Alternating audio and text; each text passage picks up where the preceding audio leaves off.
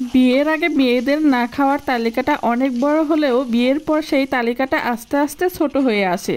একটা সময় দেখা যায় না খাওয়ার তালিকায় তাদের আর কোনো কিছুই থাকে না। একটা মেয়ে বাবার বাসায় থাকার সময় সে এটা খায় না ওটা খায় না যত সব বায়না ধরে, কিন্তু শ্বশুর বাড়িতে এসে তো আর বলতে পারবে না যে এটা খায় না ওটা খায় না, বললে তো আর হবেও না। শ্বশুর বাড়িতে যেটা রান্না হবে সেটাই খেতে হবে। আসসালামু আলাইকুম এভরিওয়ান, কেমন আছেন আপনারা সবাই? আজকে আমি রান্না করব মুরগির যে অংশগুলো ফেলে দেওয়া হয় বা অনেকেই খায় না সেগুলো দিয়ে মজাদার একটা রান্না। আজকের এই রান্না দেখার পর থেকে কেউ আর এইসব ফেলে দিবে না। আগেই ফ্রাই প্যানে পেঁয়াজ দিয়ে দিয়েছি, এরপরে এর ভিতরে দিয়ে দিলাম পরিমাণ মতো তেল। পেঁয়াজগুলো হালকা ভেজে নিব।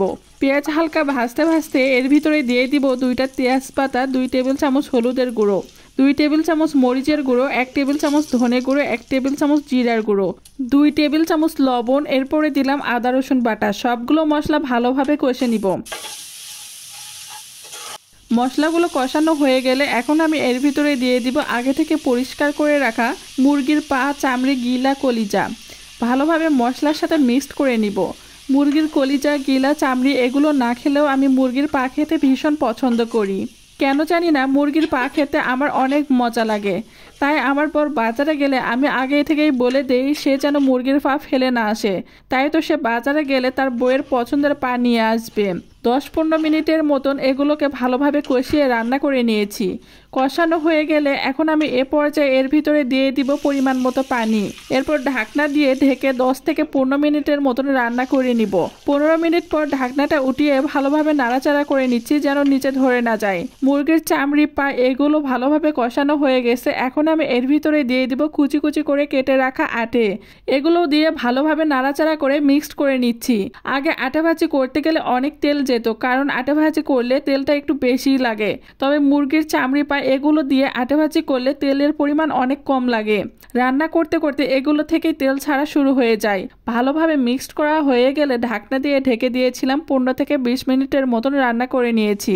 এরপর ঢাকনা উঠিয়ে ভালোভাবে নাড়াচাড়া করে নিচ্ছি। আর হ্যাঁ, যেদিন থেকে আমি এই রান্নাটা খেয়েছি এরপর থেকে আমি আর মুরগির চামড়ি, গিলে এগুলো ফেলে দেই না, কারণ এগুলো দিয়ে আটে সিম ভাজি করলে খেতে যে এত মজা হয়, না খেলে এটার স্বাদ বুঝতেই পারবেন না। এগুলো রান্না মোটামুটি আমার হয়ে এসেছে। এখন আমি এর ভিতরে দিয়ে দিব আগে থেকে ফ্রোজেন করে রাখা সিম দিয়ে ভালোভাবে নাড়াচাড়া করে নিচ্ছি যাতে যেন সবগুলো মিক্সড হয়ে যায়। আমি আগে সিম দেইনি, কারণ সিমগুলো ফ্রোজেন করা ছিল। যদি আগে দিয়ে দিতাম তাহলে সবগুলো সিম একেবারে ঘেটে যেত।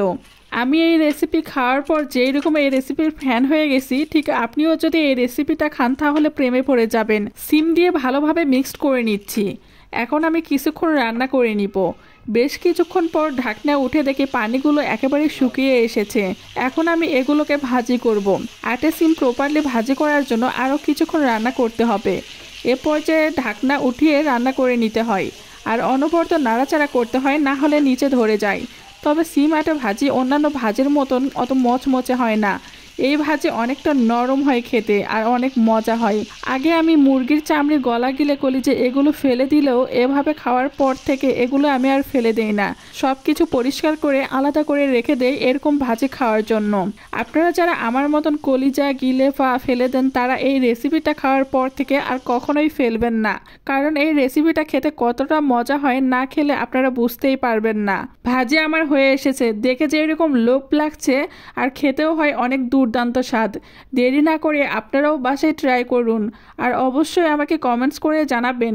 খোদা হাফেজ।